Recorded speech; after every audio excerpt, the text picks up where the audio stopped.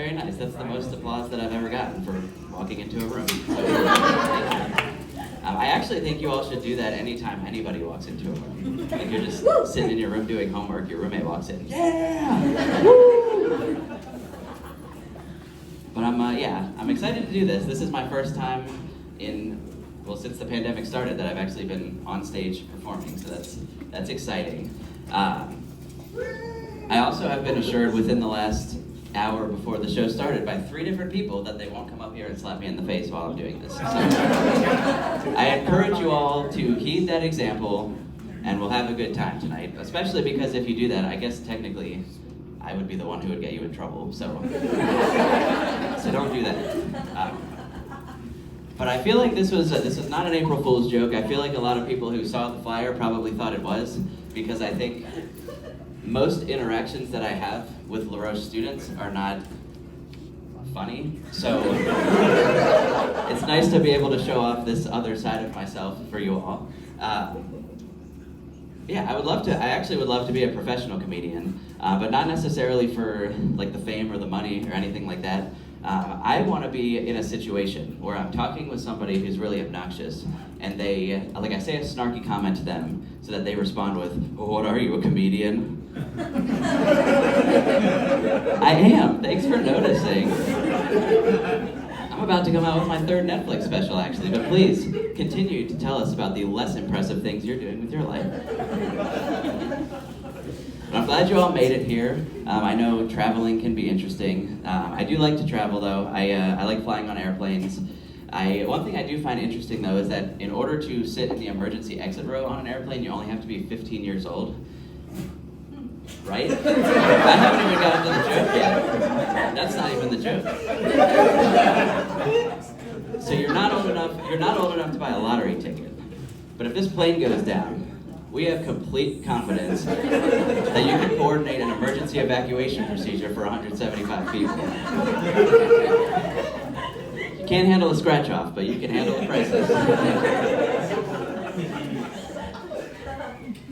Whenever you fly on a plane, the first thing they always do is they go over the safety information features of the aircraft. So they tell you all about the oxygen masks that drop down, and they tell you about the inflatable life jackets in case you have a water landing. They even demonstrate how to buckle a seatbelt because you've never done that before. One safety feature that I think airplanes should have is parachutes. Hear me out. So if your plane goes down and you can't make a water landing, right? Everybody on that plane is gonna die. But if you have access to a parachute and can get to an emergency exit, which, keep in mind, won't be an issue as long as you follow the careful instructions of the 15-year-old in the exit row, you can just jump out of the plane and you turn a catastrophe into a fun skydiving adventure for the family. Does that sound about right, Josh? Yeah. Is that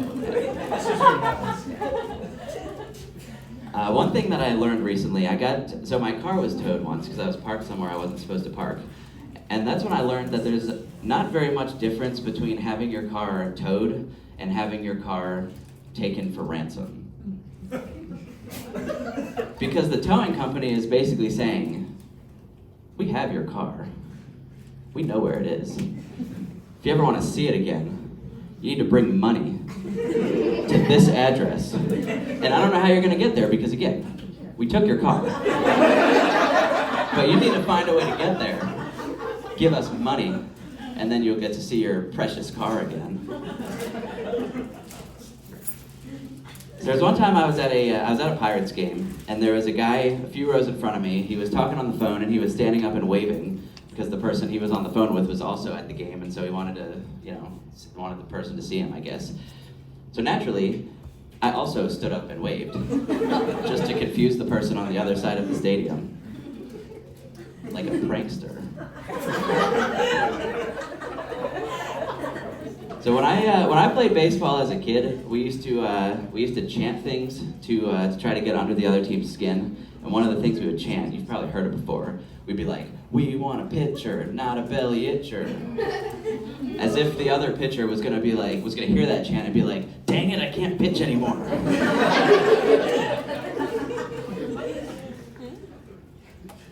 I think juggling was first invented by somebody who was trying to hold too many hot things at one time.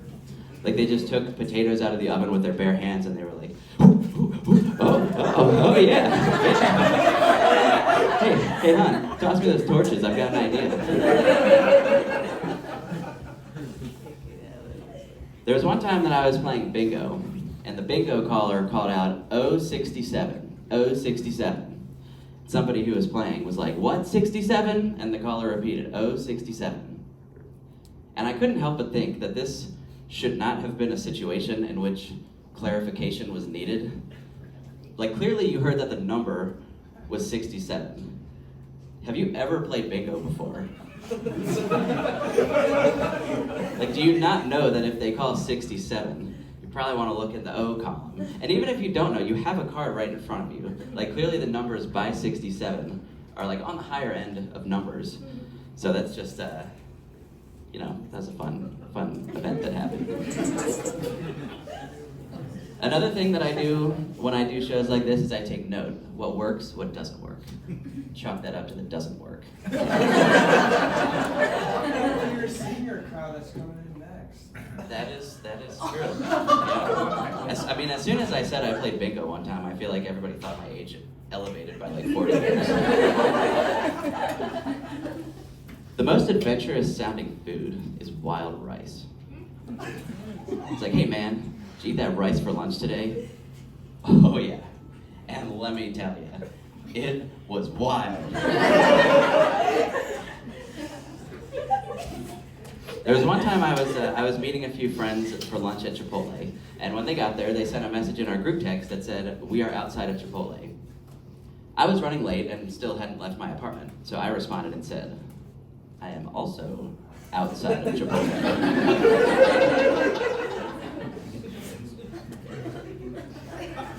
Another time I went out to a restaurant and I ordered green beans, and when the green beans came out there was bacon mixed in with the green beans. And I couldn't help but think that this is the ultimate slap in the face to vegetarians. It's like, "Excuse me, waiter, do you have any vegetarian options?" "Why, yes we do, but only if you like meat in your vegetables." I think God was running out of vegetable ideas when he invented cauliflower. Like, I think he was just like, what if I just make some of this broccoli white?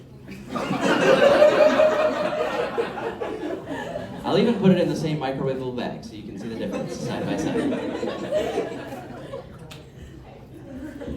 One thing that I've noticed, anytime you go to a seafood restaurant, a lot of times they have fish tanks there as part of the decor, which has always seemed counterintuitive to me because that's basically like saying, we're going to give you a home so that you can watch random people eat your friends. You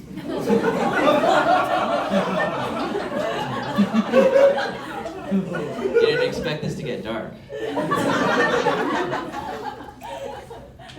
The worst place to put a Chick-fil-A would be in an NFL stadium because it would be closed every day there's a game.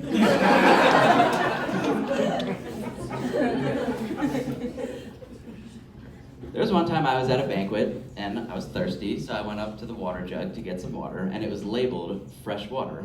And I thought, that's a relief, because I would have drank from the ocean water jug by mistake.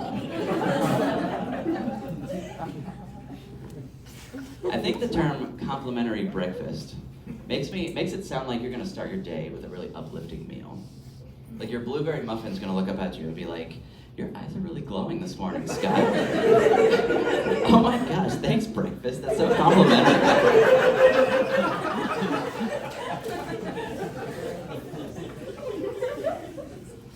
If you buy milk at the grocery store, it starts at skim, then it goes up to 1%, then 2%, then whole.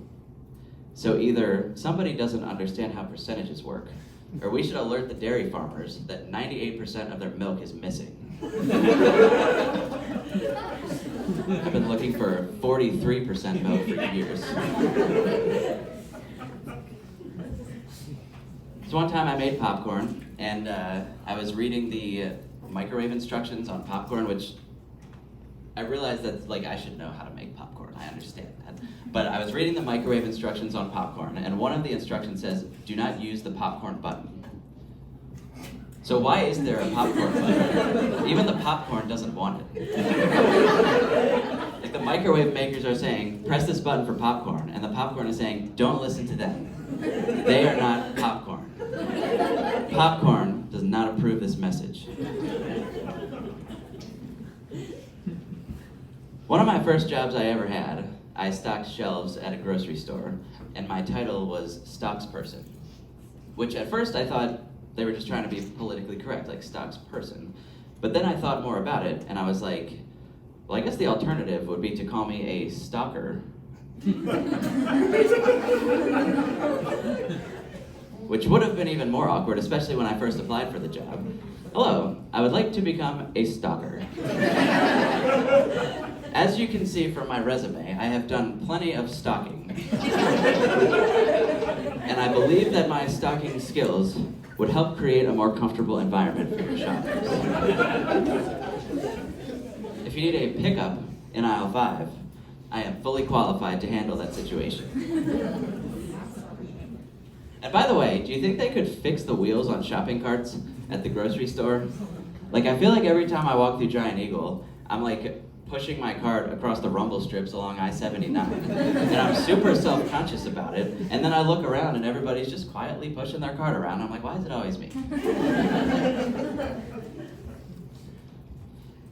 So one thing that I like to do, whenever I need to buy shampoo, I'll be in the shampoo aisle and I'll like sniff the different shampoos just to figure out. And I even did this during COVID times. That's how bold this guy is. And there was one time I was in the shampoo aisle sniffing shampoos, and a guy walked up to me and he was like, "Excuse me, do you work here?" Yes, I do. Just making sure this shampoo smells the way we did when we ordered it.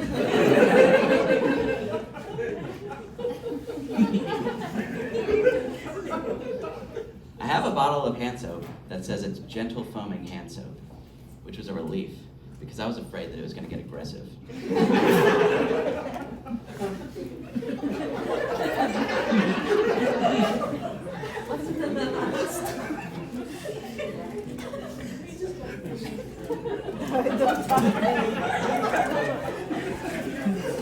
The worst thing to be allergic to would be allergy medicine. It's like, hey, did you hear about Scott? Yeah, I heard he died from a reaction to a peanut allergy. No, he died from a reaction to saving himself from a peanut allergy. Peanuts just gave him a rash, but then he took Benadryl and no, it's too late. I always find it funny when people who don't own birds have bird feeders in their yard. Because I feel like that's basically like saying, I'm going to put this bird feeder up because I feel like my backyard is a place that birds are going to want to come and pick up some takeout.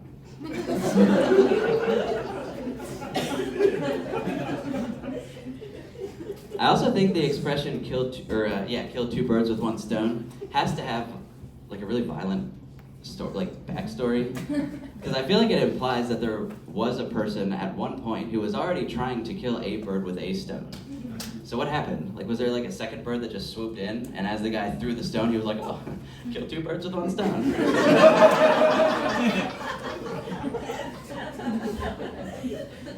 I also think whoever invented the expression raining cats and dogs had to have really hated animals.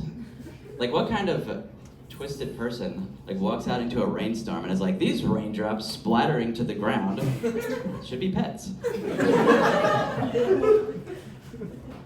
So we, between my wife and I, we have 3 cats, and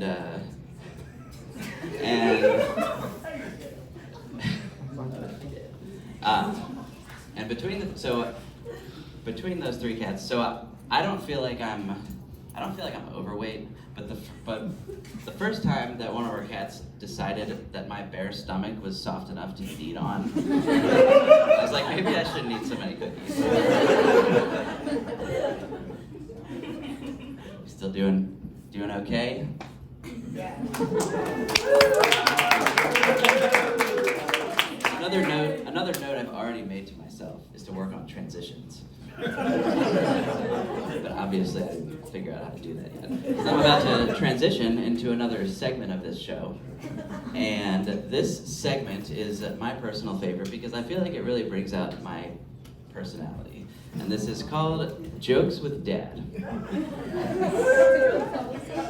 And the way that this works is that I will say, I'll simulate a few conversations that Dad might have with a member of his family. And whenever it comes to the dad joke punchline, I do this to make myself look more like a dad. A dad and his family go out to a restaurant. The host asks, "Do you have reservations?" Dad says, "No, we definitely want to eat here." I also should preface this by saying this is 100% authentic. So everything that I say here is actually a joke that I have heard a dad say. So, it's real. I don't want to give you a fake product in here. A dad and his family are out at a restaurant and Dad orders chicken and gnocchi soup. His kid says, "Hey Dad, I don't know if I would like chicken and gnocchi soup." Dad says, "Don't gnocchi it till you try it."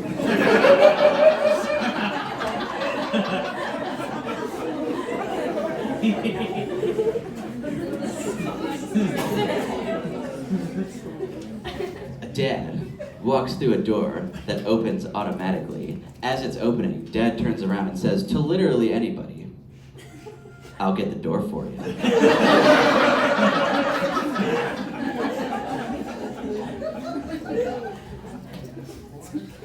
A dad and his kid are having a conversation.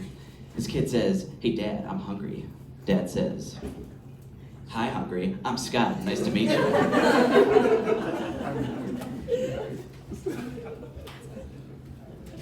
A dad is watching a sporting event and his kid walks in the room and says, "Hey Dad, who do you think is going to win this sporting event?" Dad says, "The team with the most points."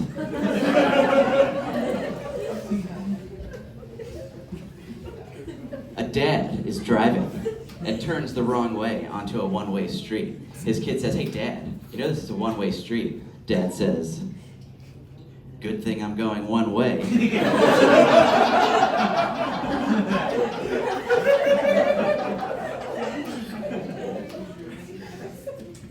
A dad and his family are eating breakfast at a hotel that offers complimentary breakfast. Dad says, "Breakfast is on me."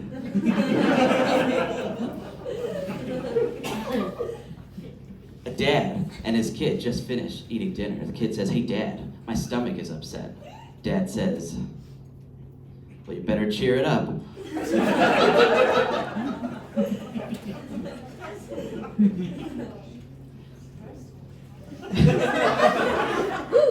A dad and his kid are outside. Dad says, "It's cold outside." His kid says, "You can say that again." Dad says, "It's cold outside."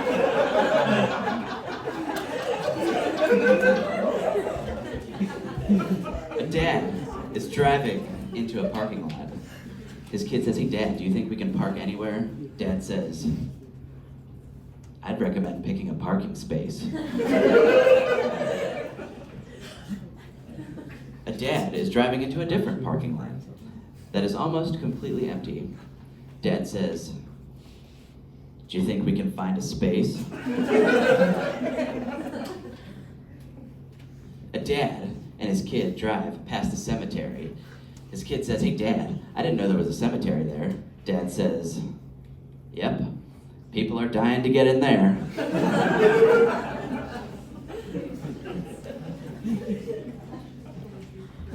A dad asks his kid a question. Kid says, "Hey Dad, I'm thinking about it." Dad says, "Don't hurt yourself." A dad is unable to open a jar, so he hands it to somebody else. When that person successfully opens the jar, Dad says, "I loosened it for you." A dad is watching the news and they bring on a story about the coronavirus. Dad says, "That coronavirus sounds nasty. If it was a Yingling virus, then we'd be talking."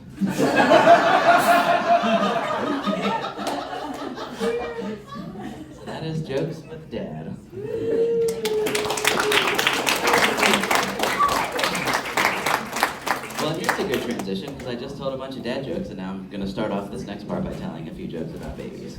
I'm improving, progress. So a lot of times when, if a couple has a baby and their family sees the baby for the first time in a while, they'll be like, "Oh my gosh, she's gotten so big." Well, yeah, what did you expect? I would have been more concerned if they walked in and they were like, "Wow, she's gotten small. she even there? What are you feeding her?"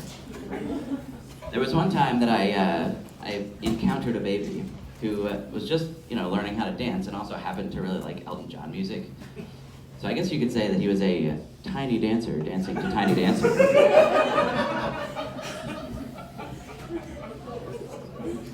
I also think it's funny that a lot of times when kids are having children, they'll announce it by being like, "We're pregnant." Really, we are pregnant? Both of you are pregnant. I don't know much about your relationship, but I feel pretty confident that between the two of you, one of you is probably a lot more pregnant than the other. And it's not you, bro.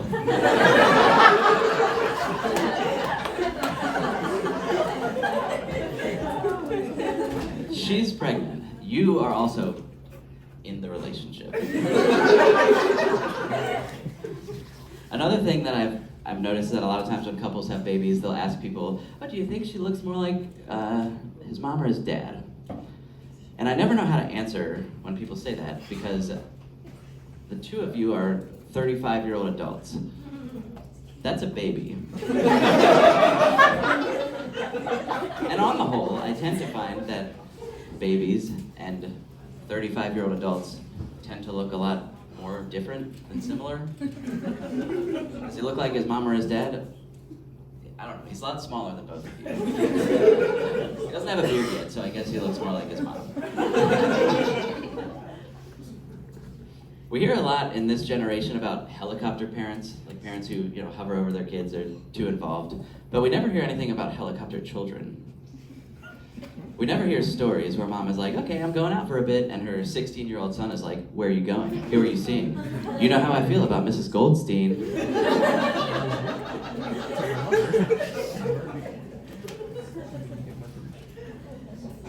I find it interesting that the place that we relieve ourselves, we refer to that as the restroom, because I can honestly say that I've never rested in there.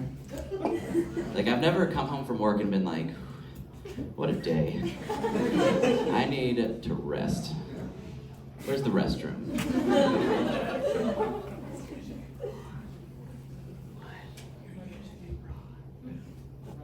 restroom. You're using the restroom now. I mean, I guess that's fair. There are times, I will say, there are times in the middle of the night, you do that thing where you get up in the middle of the night to use the bathroom and you kind of keep your eyes closed because you want to trick yourself into thinking when you lay back down that you're still sleeping. So I guess, I guess that's why it's called a restroom. That's the origin of the term restroom, if anybody was concerned. Snoring is the only thing that can tell us with 100% certainty that exactly one person is asleep. And everybody else around them is awake and pissed off.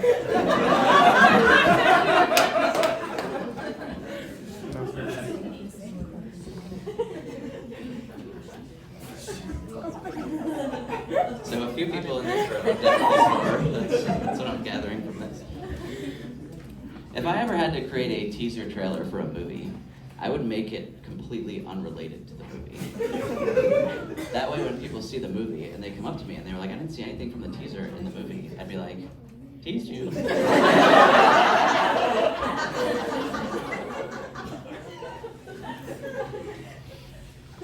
Have you seen those infomercials where they start off and they're like, "These are real people, not actors"?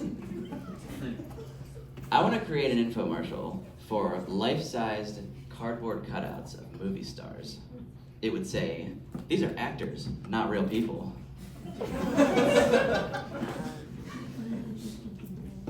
There was one time I was texting while I was walking, and I bumped into somebody, and he got mad. He was like, "Pay attention, man." I was like, "Why?"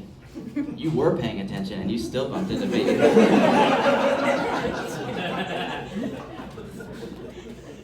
So I just want everybody out here to know that I am absolutely, without question, 100% better than all of you at being arrogant. Do you ever stop to question how certain inventions are thought of? Like what the thought process is behind them? Like some of them make perfect sense, like umbrellas, for example. Like somebody was probably just outside in the rain, getting wet, and they were like, I wish I could cover myself with something so that I don't get wet in the rain. I wonder what the thought process was behind whoopee cushions. Like I just picture some dude out with like one of his buddies and was like, you know what I need right now? I need for everybody else to think he farted. But here's the catch. He didn't.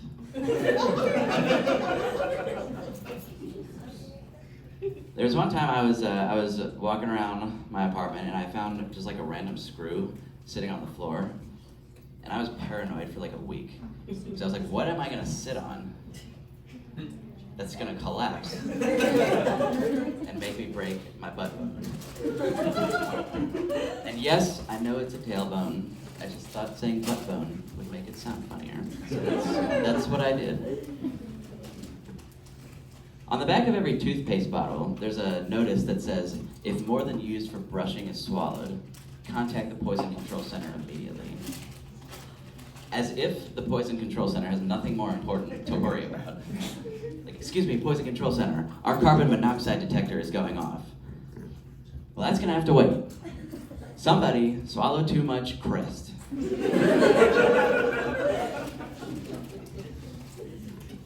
I've heard of people being legally blind, but I've never heard of anybody being illegally blind. Like, I've never heard of anybody being at an eye doctor, and the eye doctor is like, okay, I'm calling the police. How come? Your eyes are under arrest.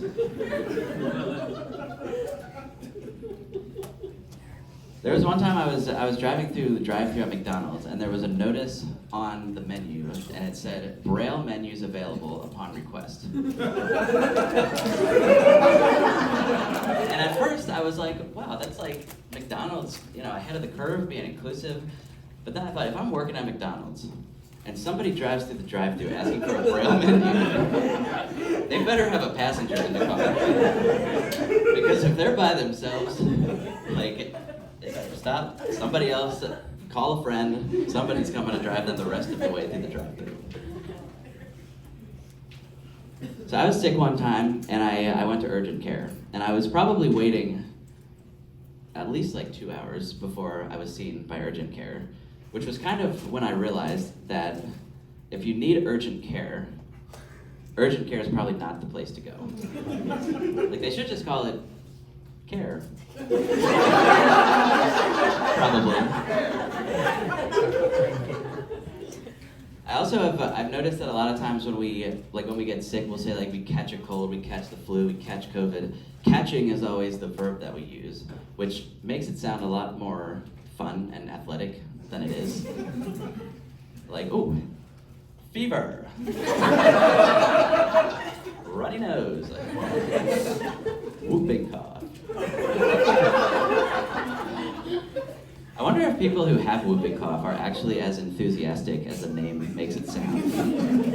Like, are they just sitting in bed like, whoop whoop?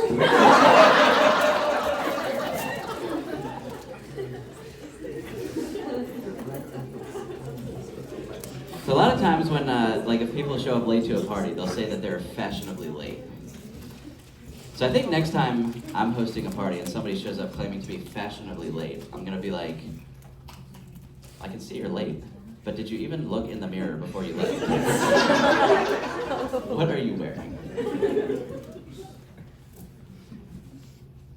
Whenever you think about peer pressure, you always think about it in a negative context. Like, we always peer pressure people to do negative things, like drinking or smoking. I feel like we should use peer pressuring techniques to pressure our peers into making positive choices. Like, you punk.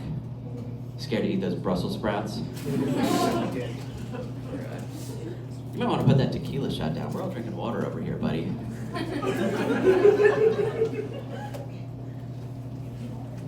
I got a thank you note one time, and it was a really nice thank you note. So I was like, I should thank them for this. But then I thought, when does it end?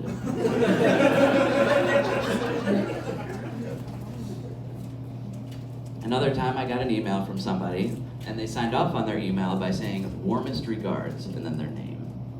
Warmest regards. That's a power move right there. Because you have literally made it impossible for anyone to send regards warmer than yours.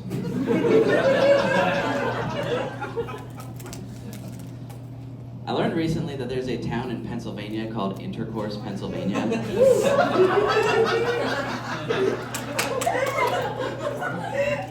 Few people follow my TikTok. That's cool.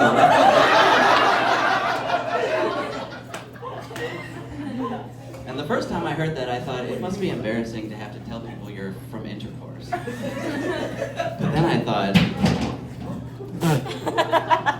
that's not what I thought. Then I thought, we all are. There's also a town in Pennsylvania called Blue Ball. that one, punchline tells itself. Nobody is from Blue Ball. That's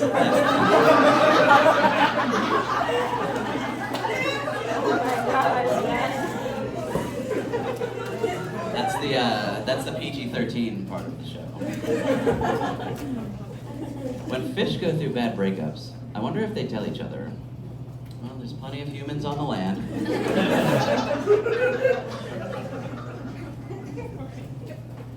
I think scrubs sounds like a uniform that would be more appropriate for a janitor to wear. It's literally in the job description. It's another one to cross off.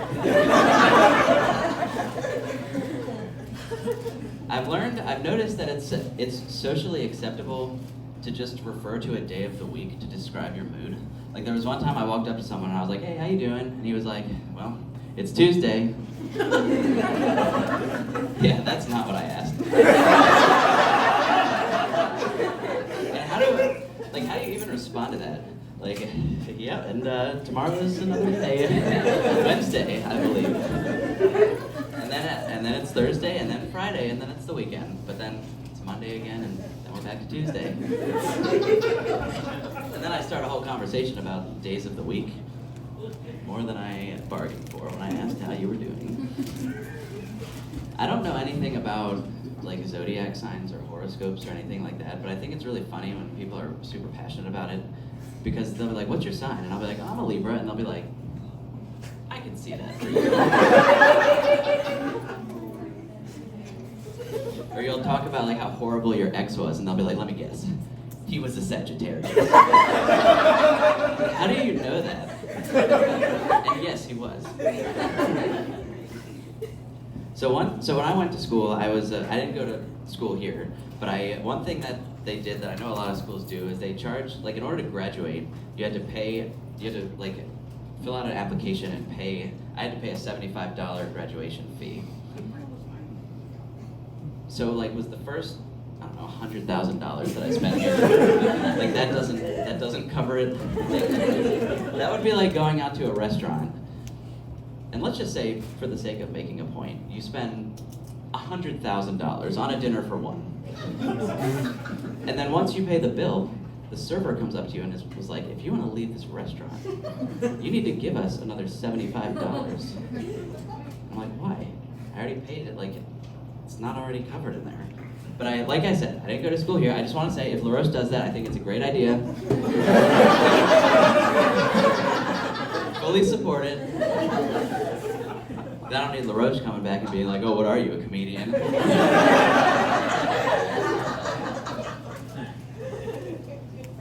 So I'm gonna transition into another segment here. I guess I just use water as my transition tool. Whenever I drink water, that's how you know something's about to happen.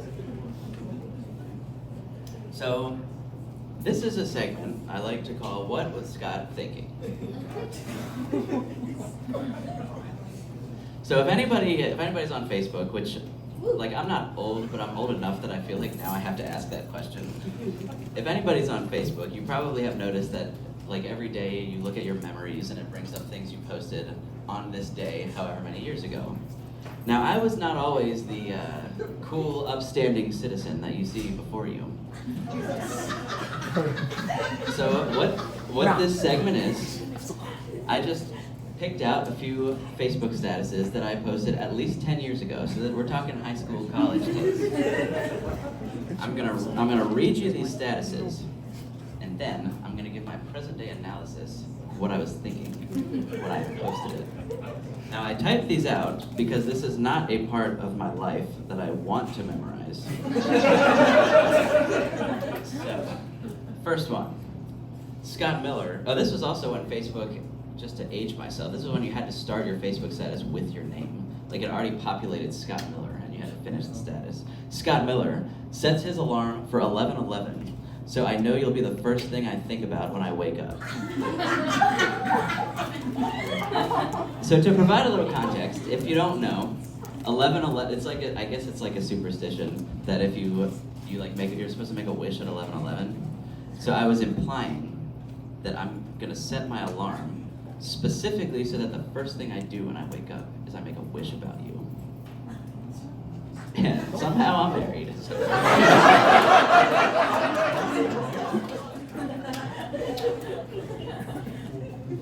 All right, next one. These are all real. Scott Miller is ballin', you dig? So another thing you probably would not know by looking at me is there was a time in my life when I thought I could play basketball. And apparently this was one of those days. But in order to make sure that you were aware of what I was doing, I had to ask the clarifying question, you dig? All right, next one. This one just said, Doo-Doo Bro Sesh Part 2. So there's two things I'm gonna unpack from this. So at some point in time, there was I guess I was having some kind of sesh with some bros that in some way involved doo-doo, which is concerning enough in itself.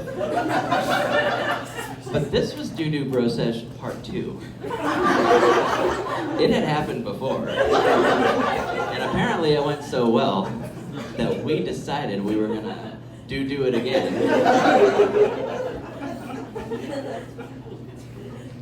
All right, Scott Miller is pimping the new contact lenses.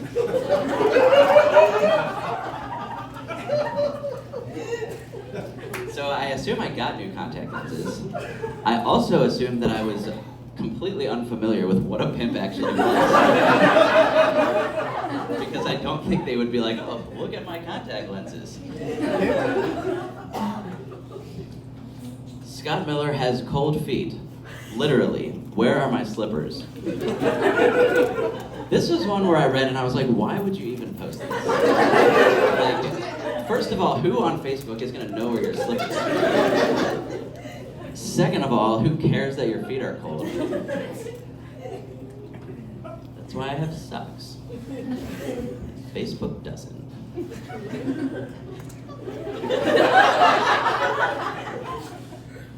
Another one I want to preface by saying I really posted these things.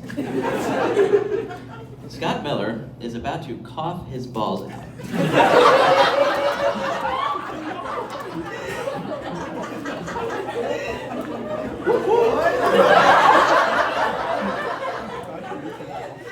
So I guess I had a bad cough. But don't worry, we're all good.